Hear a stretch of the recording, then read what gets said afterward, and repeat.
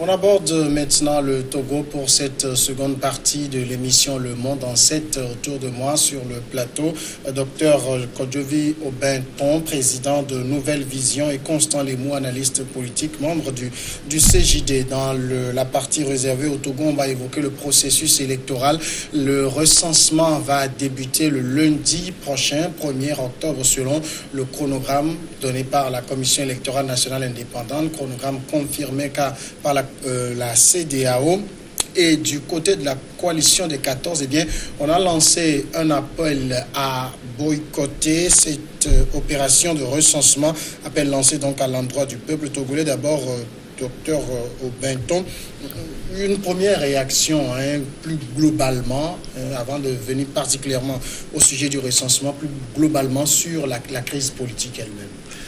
Merci beaucoup. Réagir globalement sur le sujet politique du Togo, je dirais que les leaders politiques sont en train d'embrouiller le peuple togolais. Les leaders politiques sont dans la recherche de leur positionnement tout en laissant de côté ce que réclame le peuple et de quoi a besoin notre peuple. Vous parlez des leaders, toutes tendances confondues. Toutes tendances confondues.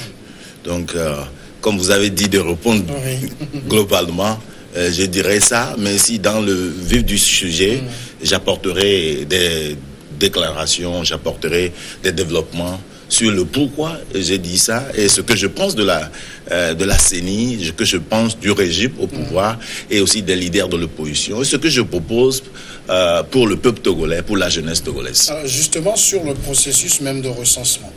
Sur le processus de recensement, déjà, il y a une très grande confusion dans la population. C'était le 20, je crois c'était le 20 août que le président de la CENI, de la Cour, de la CENI, a annoncé que le recensement se tiendra du 1er au 8. Oui. Et ce n'est 8 dans la zone 1. Dans la zone 1. Et ce n'est que récemment, pour ne pas dire moins d'une semaine, que nos leaders de l'opposition et du régime se sont réunis pour parler de la recomposition ou bien de la composition de la CENI. Maintenant, je suis très étonné de voir au sortir de ces assises une opposition qui lance une campagne contre le recensement et de voir un régime qui poursuit un processus de recensement alors qu'il y a lieu de faire une reconstitution de la CENI. Donc c'est pourquoi je dis qu'il y a une confusion, que ces leaders sont en train d'embrouiller le peuple togolais. Parce que si d'un côté, le régime uni accepte une recomposition de la CENI, et c'est que les discussions c'était autour de la crédibilité du processus, pourquoi alors continuer ou entamer un processus avant même que la nouvelle CENI se mette en place? Maintenant, quand je prends du côté de l'opposition, vous êtes partis s'asseoir avec ces gens et vous êtes rassurés qu'ils ont donné une date. Vous êtes peut-être rassurés que le train a pris marche.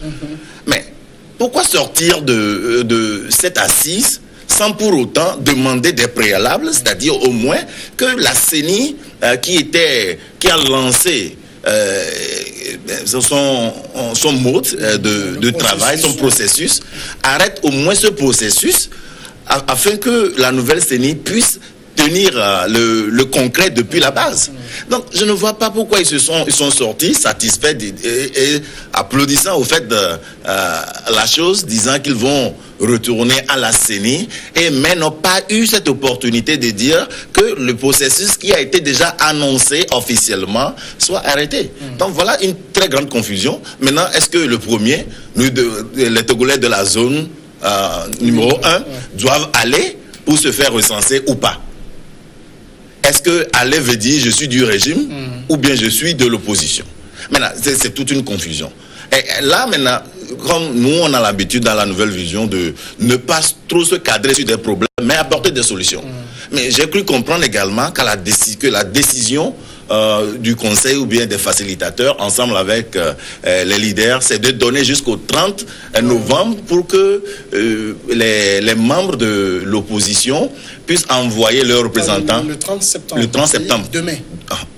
Pour que ces membres puissent occuper leur place. Là, maintenant, je me demande, ceux qui étaient là ont prêté serment avant de commencer. Oui, maintenant, est-ce qu'ils vont démissionner avant demain? Normalement, ils doivent démissionner.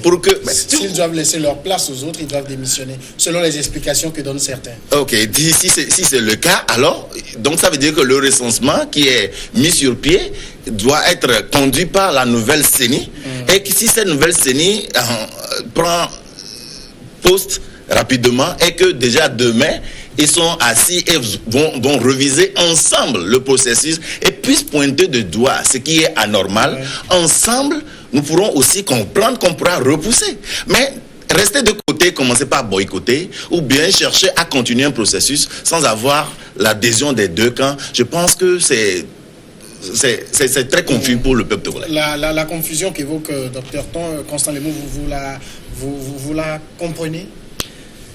Je comprends cette confusion d'une certaine façon sous l'angle du fonctionnement même de la CENI. Je ne vois pas de confusion.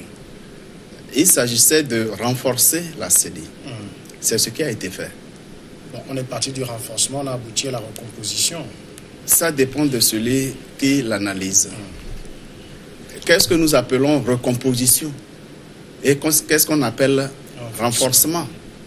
On a augmenté le nombre des membres de la CENI, peut-être. Ceux qui n'étaient pas représentés à la CENI ont décidé d'intégrer la CENI. C'est un renforcement. S'il faut recomposer, alors vous allez demander au parti au pouvoir de changer les membres déjà désignés et entérinés par le Parlement. Je vois cela, cette nouvelle composition de la CENI comme un renforcement et non une recomposition. Ensuite, du côté de l'opposition, on sait très bien qu'un certain nombre de places étaient déjà réservées aux partis de l'opposition parlementaire. Sauf que les hommes n'avaient pas été désignés. Il y a également que le parti UFC, par exemple, qui est un parti politique parlementaire de l'opposition parlementaire, a déjà un membre désigné. Son appartenance à l'opposition est critiquée aussi. Ça dépend de la myopie dont on souffre. Tout dépend de la myopie dont on souffre. L'UFC n'a jamais été au pouvoir. Il a signé un accord avec le pouvoir pour gérer le pays, tout comme le CAR avait signé, dans le cadre de l'accord politique global, avait pris le poste de Premier ministre avec la participation de certains partis politiques et le refus des autres. Nous sommes exactement dans le même schéma. Ça n'a pas empêché au CAR d'être un parti politique de l'opposition parlementaire en ce temps-là. Voilà ce que je pourrais dire de la position d'opposition ou non du parti UFC. Ça, c'est mon analyse, je le répète. Au-delà de tout, il y a cette flexibilité que les membres de la CENI peuvent être remplacés par les partis politiques à tout moment, qui le désirent. Alors, si on envoie les nouveaux membres à partir du 30 septembre, et 2 semaines après, l'ANC, par exemple, trouve que le membre là ne joue pas correctement son rôle, il faut le remplacer. Est-ce qu'on va reprendre les travaux parce qu'il y a un nouveau membre qui rentre? Non. Je comprendrais que les nouveaux... On a eu le schéma que vous décriviez en 2015, rappelons-le. Bien sûr. Je comprendrais que les partis qui n'étaient pas encore à la CENI demandent à peut-être un petit temps pour s'assurer que les travaux qui sont déjà faits ont été bien faits. Et nous demander de recommencer à zéro. Ça, ce serait une stratégie tout simplement pour retarder le bon fonctionnement. Alors, si eux, ils veulent aller jusqu'à cette étape-là, quel est le rôle des experts commis par la CEDEAO pour suivre le processus électoral? Est-ce qu'ils n'ont pas confiance en ces experts? S'ils n'ont pas confiance, alors qu'ils retirent leur demande, puisque c'est eux qui avaient demandé. Nous aurons souhaité que dans chaque acte, dans chaque propos de nos leaders politiques, que l'intérêt supérieur de la nation soit privilégié par rapport aux intérêts partisans. Docteur Ton. Oui, justement, j'ai beaucoup aimé l'explication de M. Lemou sur soit la recomposition ou le renforcement. Et comme je l'ai dit, il y a une confusion politique. Et cette confusion, je crois que c'est une confusion préméditée qui vient de nos leaders, qui peut-être d'un côté cherchent à retarder et de l'autre côté cherchent à atteindre le résultat qui se sont déjà assignés à avoir. Parce que justement, si aujourd'hui le régime doit envoyer tel nombre de représentants et qu'il a déjà ses membres qui sont là en train de travailler, je ne pense pas que c'est à l'opposition de lui dire qui envoie, qui ne pas envoyer. Et donc, je rejoins ce qu'il avait dit pour dire que c'est un renforcement. Même si le renforcement donne lieu à une nouvelle CENI, parce que ce serait un nouveau groupe. Il y avait un vide qui vient d'être comblé. Oui. Voilà, c'est un complément, c'est un renforcement. La CENI avec le vide était une CENI, et la CENI sans le vide est une autre CENI. Mais quand même, je rejoins pour dire que c'est la continuité du travail. Oui. Et c'est cette continuité-là qui manque souvent dans nos pays africains. Ce qui fait que les multinationales n'aiment pas les régimes qui changent rapidement. Pourquoi? Parce que chacun vient et veut réinventer la roue. Et si aujourd'hui, je suis un multinational dans un pays où j'ai investi des milliards et que je vois une nouvelle génération qui aspire à prendre le pouvoir et qui veut tout recommencer, je ne peux qu'encourager ceux qui sont là de rester pour pouvoir avoir retour sur investissement. Il faudrait que nos leaders, surtout les leaders de l'opposition aussi, je m'excuse le terme, apprennent à faire la vraie politique. Parce que ce n'est pas seulement de réactions politiques qui font de toi un bon politicien. Il faudrait une démarche qui démontre. Parce que la politique, c'est quoi? C'est une démarche. Ce n'est pas le fait de contrecarrer un article donné qui fait de toi un bon politicien. Si aujourd'hui, vous avez devant vous une CENI, vous rentrez dans ce comité et vous voyez qu'il y a vraiment insuffisance ici et cela, pointez ces insuffisances et avec les experts qui sont là, tout le monde saura que bon, on a programmé le premier, mais à cause de ceci et de ceci qui ont été pointés, alors nous pouvons donner 3 jours de plus ou de cela, mais à chaque fois j'ai l'impression que nous assistons à un théâtre politique au Togo. Au moment où tous les jours, toutes les heures, le Togolais, la jeunesse togolaise souffre. Les gens finissent leur diplôme, les gens finissent et ont leur diplôme, sont à la maison. Les mamans vont au marché, retournent avec leurs marchandises.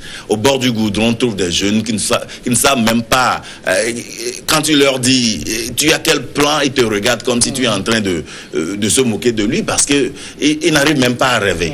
En ce moment où le jeune Togolais cherche à trouver quoi se nourrir tous les jours, vous êtes là pleinement recevant vos salaires, vos indemnités à chaque fois et essayez de retarder tout ce qui peut faire développer ce pays. Aujourd'hui, moi, je suis très content de voir un programme national de développement qui est à vue d'œil, un bon plan de redressement économique pour le Togo.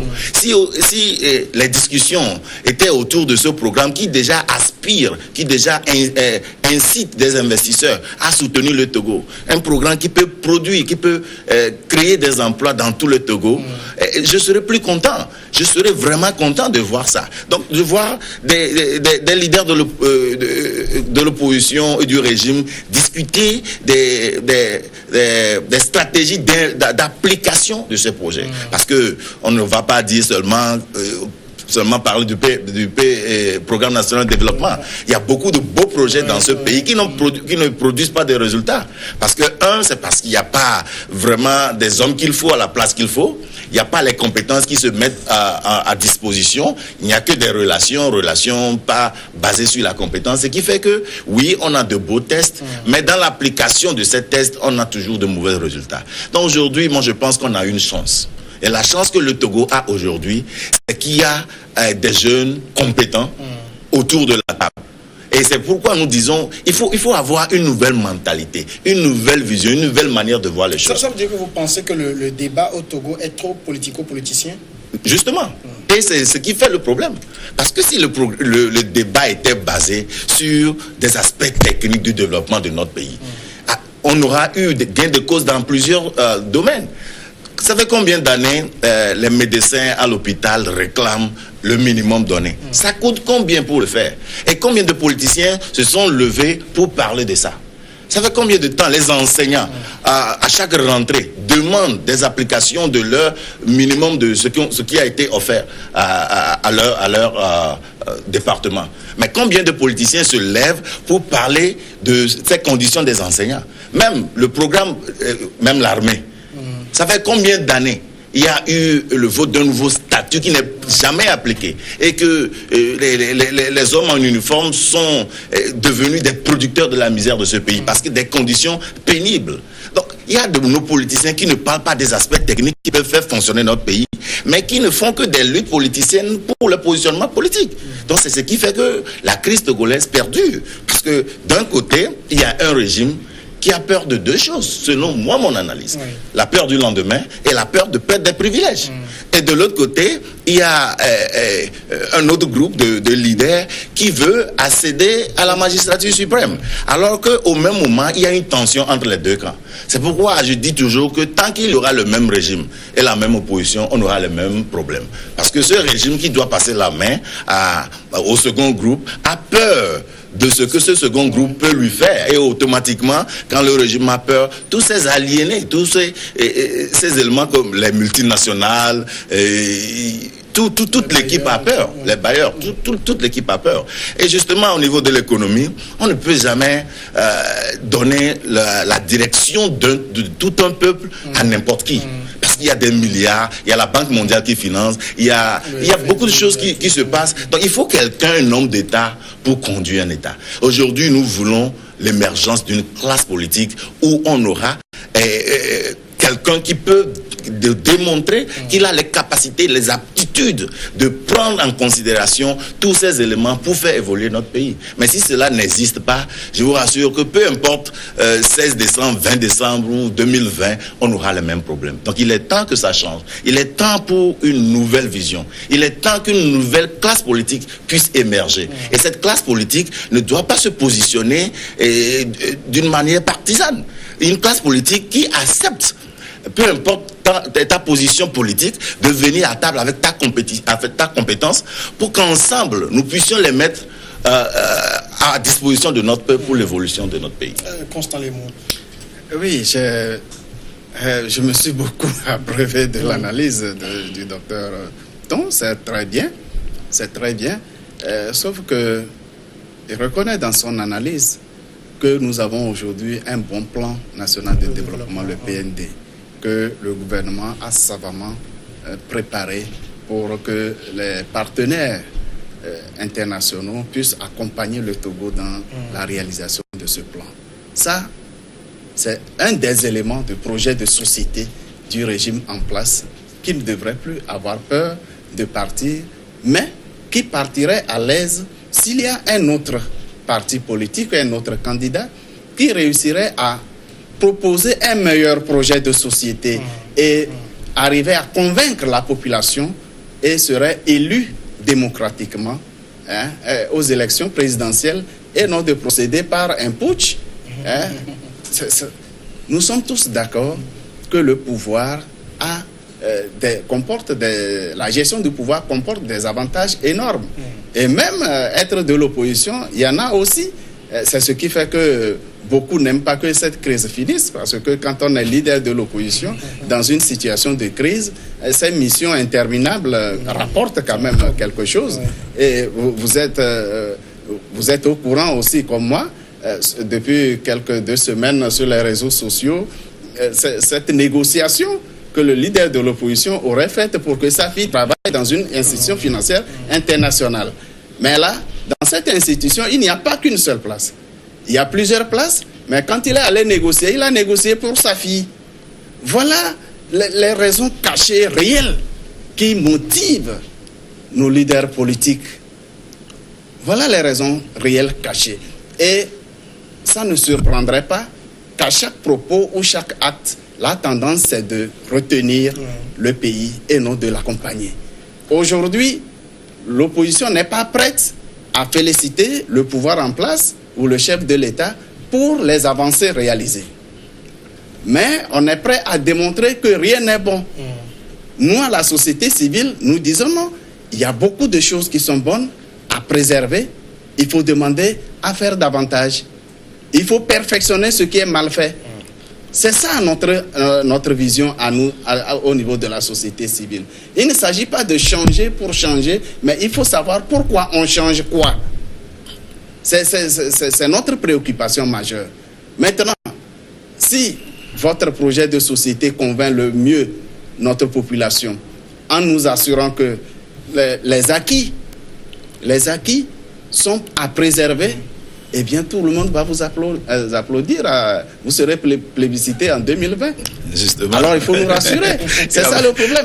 Maintenant, pour revenir au cas concret de l'attitude de la coalition, cela paraît bizarre. Cela paraît bizarre dans la mesure où vous cherchez à aller aux élections et au même moment vous demandez à vos électeurs de ne pas s'inscrire. Mais qu'on se détrompe. Non, peut-être, il faut peut-être espérer pour eux que le processus va être repris. C'est ce qu'ils espèrent. Pour cause, pratiquement tous à l'Assemblée nationale ont leur mandat expiré depuis juillet. Mais ils continuent de percevoir. Même s'ils ne font rien, ils continuent de percevoir. En réalité, ils ne se préoccupent pas de questions de développement ou de la situation déplorable des jeunes. Nous venons de faire un tour sur toute l'étendue du territoire dans le cadre du mois de la diaspora qu'organise le collectif des jeunes pour le développement. Nous avons rencontré des jeunes depuis Dapaon et demain, ce sera le tour de Lomé pour échanger sur les préoccupations réelles. La jeunesse togolaise n'a pas de problème politique. La jeunesse togolaise a des problèmes d'emploi. La jeunesse togolaise a besoin de renforcement des capacités pour créer leur propre entreprise, puisque l'administration publique ne recrute pas. Le secteur industriel est à peine embryonnaire.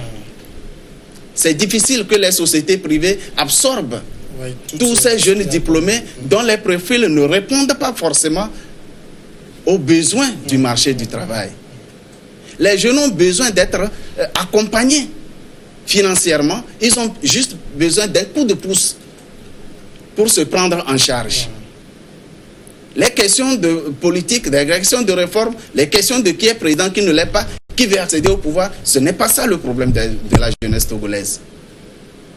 Et là, c'est pourquoi on s'offusque lorsqu'on sent que certains leaders politiques qui prétendent à la magistrature suprême ou n'importe quel niveau de responsabilité s'occupent à tirer vers derrière. Lorsqu'on veut avancer, ils tirent par derrière, ils négocient même que tout soit suspendu. Ils organisent des actes pour empêcher les activités économiques de se dérouler. Pendant ce temps, ils sont en relation régulière avec les dirigeants qui leur passent des mallettes allègrement. Ils se réjouissent. Nous le savons tout. Nous le savons parfaitement bien. D'accord. Docteur, on revient peut-être à la question même qu'on se pose sur l'appel au boycott lancé par la coalition. Est-ce que vous pensez que c'est la bonne ou la mauvaise stratégie? Je ne pense pas que c'est une bonne stratégie. Je pense qu'il faudrait que le pays continue de fonctionner et que ces leaders de l'opposition mettent tout en œuvre pour pouvoir... ces leaders se donnent, même s'ils doivent travailler d'une manière supplémentaire pour pouvoir faire accélérer le moteur économique de ce pays. Il faudrait qu'on le fasse. Parce que la politique, peu importe le cas, joue un rôle très déterminant sur l'économie. Et voilà... Déjà, avant que nous ne parlions de la nécessité d'une nouvelle vision, nous avons fait des constats. Et M. Lemou l'a prouvé que les Togolais n'ont pas de problème politique. Les politiciens font leurs problèmes politiques. Au Togo, on a besoin des emplois. On a besoin d'une justice sociale. On a besoin d'un accompagnement de l'État. Et avec tout ceci, avec tout ce que le Togo a comme compétences humaines, je vous le rassure qu'avec un plan bien organisé et bien appliqué, le Togo serait envié par beaucoup de pays africains. Donc, aujourd'hui, ce qui est plus important pour nous, c'est que les opposants puissent venir à table avec des propositions concrètes qui vont résoudre le problème réel de notre peuple. Je me souviens, lorsqu'on a pour la première fois initié la semaine de la diaspora, on a fait des actions et on constatait justement que tout ce qui se passait était autour du fait que le Togolais cherche le minimum quotidien tous les jours et qu'il ne le trouve pas. Et des gens ont des diplômes, ont des compétences, sont assis et ne sont pas employés au moment où ils regardent d'autres qui ne sont pas naturellement compétents, aussi compétents qu'eux, mais qui roulent dans de grandes bagnoles, qui ont des accès à des choses, ils font des vacances un peu partout. Au moment où tu es là, ça te rend très furieux. Donc, ce qui est important aujourd'hui, c'est que l'opposition togolaise aujourd'hui comprenne qu'il est temps qu'il passe à l'action réellement, à l'action dont le pays espère. Et c'est tout ce qui doit conduire maintenant à la création d'emplois dans ce pays.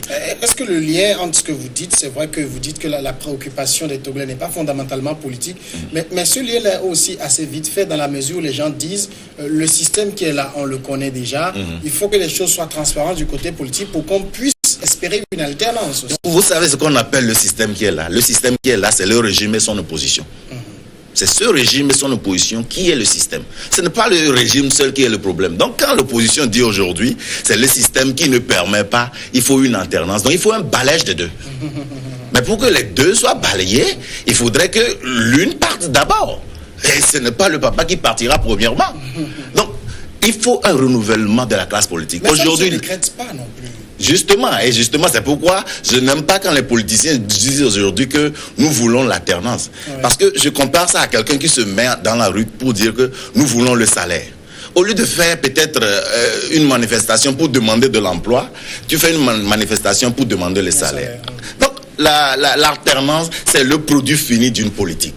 On ne peut pas rester dans la rue et dire aux gens aujourd'hui qu'on veut l'alternance. C'est la manière dont ils présentent le Togo pour rester là où ils sont. Moi, je pense que l'opposition togolaise aujourd'hui a atteint son sommet. Et ils veulent être opposition, ils sont opposition et ils veulent demeurer opposition. Parce que s'ils avaient réellement l'ambition d'aller au-delà de l'opposition, leur démarche devrait changer depuis. Alors, la cacophonie à laquelle on assiste dans toutes leurs actions démontre qu'ils sont là, ils perçoivent leur salaire, leurs indemnités, ils ont leurs atouts, et aujourd'hui le pays est en crise, ils reçoivent des aides un peu partout, ils veulent rester dedans. Mais c'est très dangereux pour eux, parce que le peuple est en train de comprendre, petit à petit, que notre opposition, au fait, ne fait pas une lutte pour nous, mais se sert de nous pour faire leur lutte. De quoi on a besoin aujourd'hui, c'est ces leaders-là qui peuvent s'asseoir pour parler de comment faire pour que les ressources de ce pays puissent profiter aux Togolais. C'est comment faire pour que, par exemple, le port autonome de Lomé puisse travailler à 24 heures pour donner opportunité à d'autres personnes de faire ceci. C'est comment faire pour que la compétence de la diaspora soit alignée avec la compétence togolaise et les ressources togolaises pour produire des emplois. Aujourd'hui, on me demande, bon, qu'est-ce que vous avez comme plan dans tous les domaines? Je veux vous dire ce que nous avons comme plan. Et notre plan est différent de faire tout pour avoir l'alternance et voir ce qui va arriver. Non. sur le plan économique, sur le plan de l'agriculture, sur le plan de la santé, sur le plan de l'éducation. On a tout développé pour que ce pays puisse marcher. Et naturellement, la semaine passée ou surpassée, nous avons parlé de la nécessité d'avoir un programme d'urgence économique pour pouvoir commencer à sauver cette nation. C'est pas parce que nous sommes en soute et dans des grandes voitures que nous n'allons pas savoir que la vie ou bien le système togolais est alarmant, que les jeunes souffrent réellement. Il y a des gens qui n'arrivent même pas à se réveiller avec 500 francs. Donc il faudrait... 500 francs, vous êtes allé un peu loin. Justement, regardez, alors qu'avec 500 francs, tu ne pourrais rien faire. Mais regardez ces gens, avec toutes ces compétences, qui n'arrivent pas à le faire. Et au moment où nos leaders de l'opposition et du régime se cherchent des raisons pour retarder également. Parce que si je suis investisseur et je dois investir dans un pays, je veux au moins une stabilité politique. Donc aujourd'hui, les investisseurs sont là et attendent que les choses s'améliorent un peu pour pouvoir revenir. Il y a la diaspora qui est là. Quand vous êtes un politique au Togo et que vous parlez ce langage de vérité, est-ce que vous êtes écouté? Parce qu'on s'attend à des gens qui tirent à boulet rouge sur le régime pour qu'on les adule. Oui, justement, parce que moi j'ai dit j'ai annoncé mon intention de 2020. Mais je ne suis pas politicien. Je fais la politique. Parce que si j'étais politicien, je n'ai pas un langage de politicien. Parce que le politicien, il doit avoir le poids politique. Et le poids politique, c'est le nombre. Aujourd'hui, je me souviens, il y a de cela 1 an, quand les marches ont pris une ampleur vraiment très grande, j'étais passé sur les antennes pour dire à la jeunesse togolaise que c'est OK de manifester ce qui ne va pas. Mais que cette marche ne nous donnera pas solution. Nous devons aller à table. Nous devons mettre l'intérêt du peuple en premier. Et je sais, en ce moment, j'étais presque seul à penser ainsi. Mais aujourd'hui, je suis content de voir qu'il y a d'autres Togolais, même si ça ne dépasse pas encore la moitié, qui commencent à voir la même chose que moi. Mais quand tu es un politicien de conviction, mais quand tu es un leader de conviction, tu n'as pas besoin du nombre. Parce que le nombre, depuis plus de 28 ans, n'a rien produit de concret. Et on a vu des grands partis politiques comme l'UFC. Et justement, si je prends l'exemple de l'UFC, le problème que nous avons venait de là. Parce que l'UFC s'est placé catégoriquement contre le régime de son excellence Feu et Adema, ce qui a donné le nom pléthorique. C'était pas sur proposition d'un projet de société. Et quand l'UFC arrivait à un moment, a peut-être compris que la politique ne se fait pas en restant chien et chat, et a commencé par négocier un peu avec le régime. L'élément essentiel qui faisait sa qualité ou bien son nombre était le radicalisme. Il a perdu et très rapidement l'ANC a pris cet élément pour en faire le bâton de guerre. C'est pourquoi directement il a pris beaucoup de membres, la substance de l'UFC pour devenir ANC. Et parce qu'il a le nombre, le poids politique, il prend des décisions, peut-être même dans la C14, je suis presque sûr que les gens ne sont pas contents de la prise de décision parce que ce ne sont pas des démarches pragmatiques qui leur poussent à prendre des positions. Donc justement, je reviendrai à la question pour dire simplement que les leaders politiques aujourd'hui que nous avons, ils doivent partir pour que le Togo change.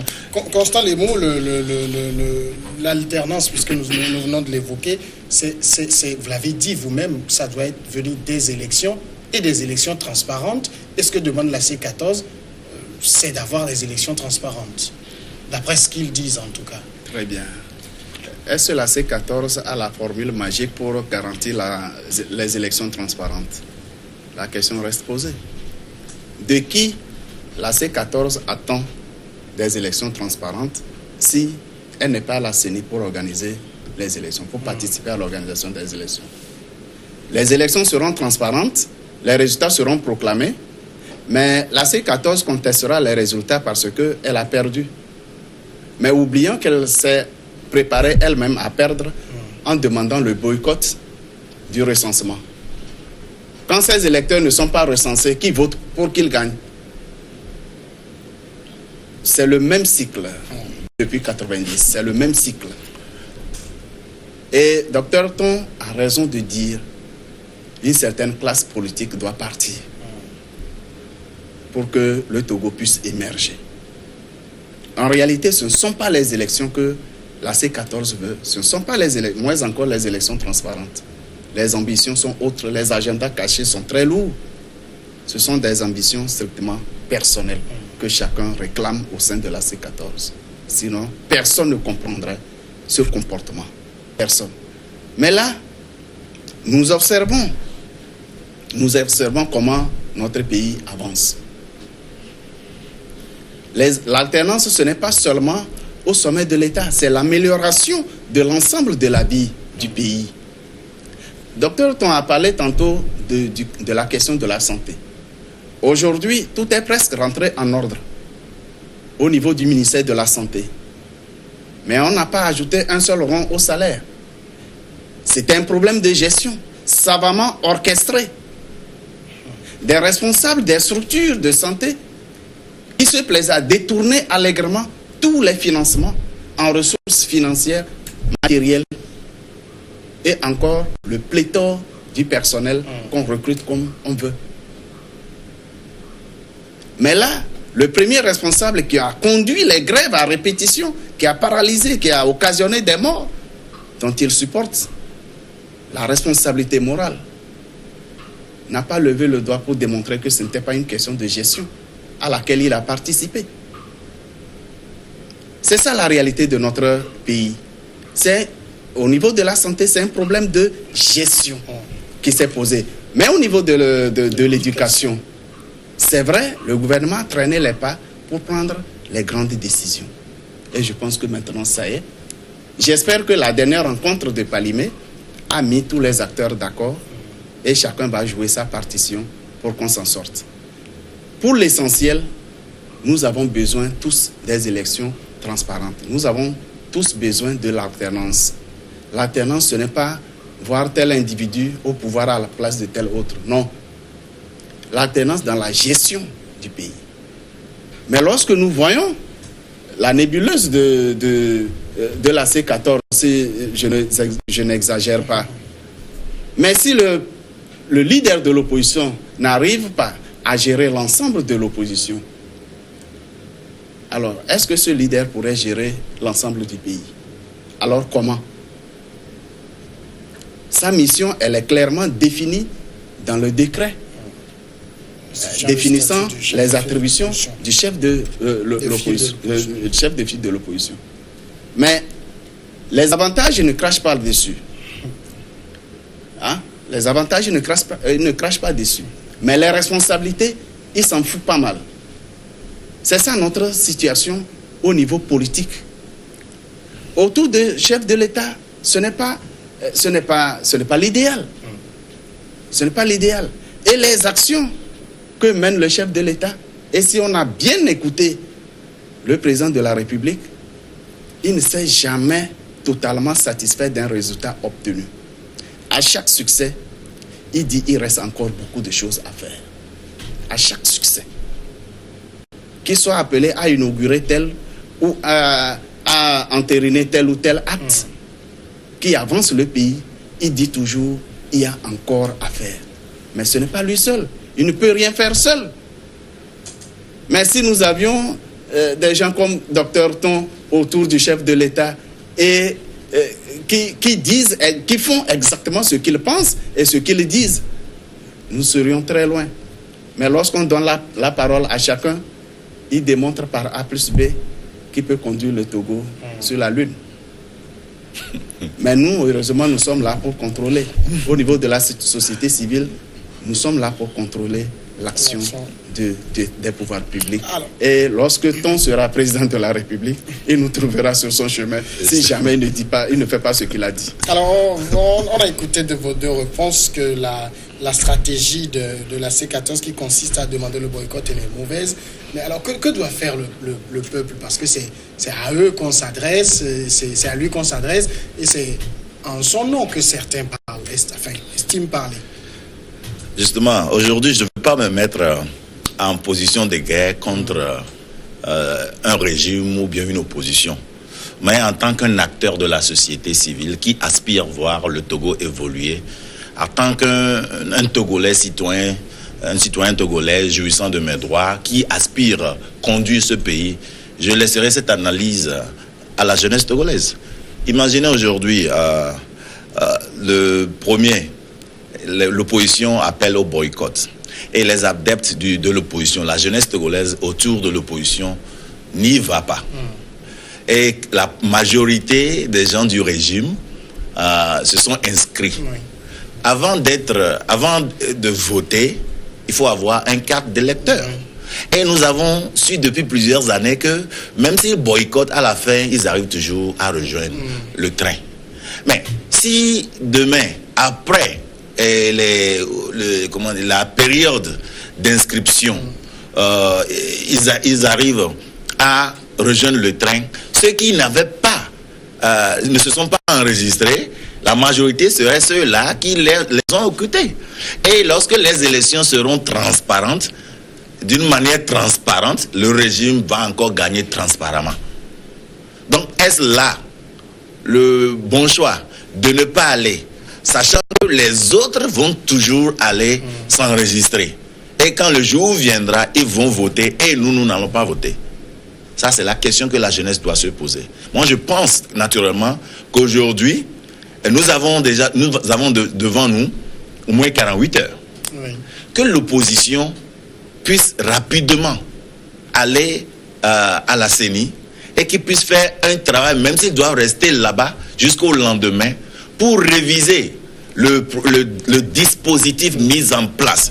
Et s'il y a problème quelque part, de faire appel aux experts et de faire référence à ces experts qui expliqueront la raison, le bien fondé de ce changement de date. Ouais. Mais si on n'arrive pas à le faire, moi j'inviterai la jeunesse togolaise à s'inscrire officiellement pour pouvoir avoir la voix. Ouais. Pour dire qui peut être président, qui peut être député, qui peut être maire et autres de leur localité, au moment où cette opposition finira par rejoindre le train. C'est l'analyse que moi je suis en train de faire, parce que si on ne le fait pas, les autres le feront. Et au moment venu, les autres voteront, nous on ne trouvera pas nos cartes de membres. Donc c'est à la jeunesse togolaise de faire son choix. Et justement, c'est pas une position contre ou pour quelqu'un, mais une position analytique à laquelle chacun doit décider. Vous partagez cette position?